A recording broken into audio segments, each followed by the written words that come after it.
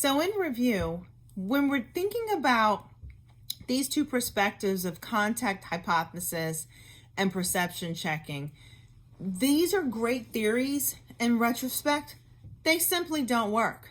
Let me tell you what typically happens in these instances in which we're stereotyping and we get to know the person in this stereotypical group. What you typically hear is, but that person is different. But that person isn't like the other people that I will continue to categorically stereotype. So do know, while these theories are very nice contributions to the field of interpersonal communication, when you consider the practicality and the application of these theories to reality, it's just a theory. Many people are still feeling the effects of being stereotyped based on their race, their ethnicity, their gender, their appearance, and stereotypes will continue to last for a long, long time. It's important that you understand the type of relationship you are forming and forging is based on your stereotypes. So when you think about how you would like to appear and show up in a conversation and who you would like to be in conversation with, the adage is true of what I always say to both my clients I coach as well as my students I mentor. You become like the 5 people you hang around with all the time.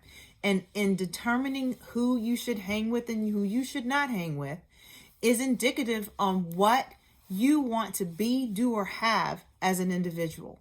In order to protect your fundamental principles that you establish for yourself, by yourself, and through yourself, and what you'd like to see projected in your lifespan, you have to stereotype. Because you do not want to find yourself in an environment, a situation, or a circumstance that is detrimental to your health, your happiness, your financial output, or your success. Now, let's move on when we're talking about the role of listening in person perception. It is important to listen, but we know many people don't listen. It's also important that we understand what the other person is saying. That's how we can form an accurate perception. Listening is defined as the process of receiving, attending to, and assigning meaning to aura stimulation or stimuli. As the process of listening, it incorporates 5 basic stages. While we understand that these are the basic stages, many of us do know that we're engaging in these stages, or many of us have no clue that we're engaging in these stages, but we are, or we're avoiding many of the important fundamental steps and the processes. So when we consider the process of listening, there are 5 stages. The first stage is hearing. The second stage is attending. Hearing is, of course, when we listen or we physically hear the sound waves and the vibrations in the inner ear. The second stage is attending, where we pay attention to something we hear, we exclude or we filter out other sounds in the environment. The third stage is understanding, where we try to make sense of what we're hearing. And then the fourth stage is the process of responding to, either verbal or non-verbally. And then the fifth stage is when we consider the fact that none of this works. Because in the middle of the listening process, we have technology, we have our phone buzzing, we have our watch buzzing, we have people walking in and out while we're trying to have a conversation or even record a module. We have so many other things that disturb and make up the process of listening that a lot of us fail to listen. So while there are types of listening, there are types of responses, do know that when we think about the types of listening, it includes discriminative listening, appreciative listening, comprehensive listening, critical listening. Understand that all of these listening styles play into the exchange of interpersonal communication conversation. There is also therapeutic listening. Now, when we break these types down, We first have appreciative listening, where we're listening for sheer pleasure and enjoyment. Discriminative listening is when we are attempting to distinguish what we're hearing and the tones that we are taking in the way that information is being spoken to us.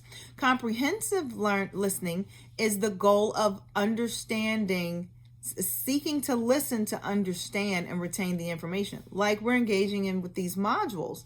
Now, critical listening is when we are listening of what the person is saying, but we're also attempting to make a judgment on it. For instance, if someone is selling you a product. Now, therapeutic listening is when we are meeting the goal of our friend who is in distress, and we're wanting to listen to what they have to say and help them through their situation.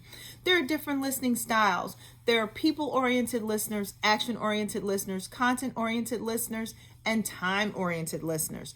Interestingly enough, these type of listeners are categorically based on your personality and how quickly you want to conclude your person perception. So people-oriented listeners are most concerned with how listening affects their relationships with others, while action-oriented listeners concentrate mostly on the task at hand and prefer to listen to people who present information in a logical and organized way. Content-oriented listeners are analytical and have a tendency to be critical of what they hear and enjoy listening to complex, challenging information from knowledgeable people. Now, time-oriented listeners are clock watchers. They don't like wasting time. They often become impatient while listening and may interrupt to move things along. I want to pause this module and I want you to think about, what type of listener are you? I want you to write it down. It's important for you to know, because the way you listen is the way you communicate on an interpersonal level. Pause the video right now and think about what type of listener you are and write it down. Could save your relationship, could save your job. It could save years of therapy for your kids.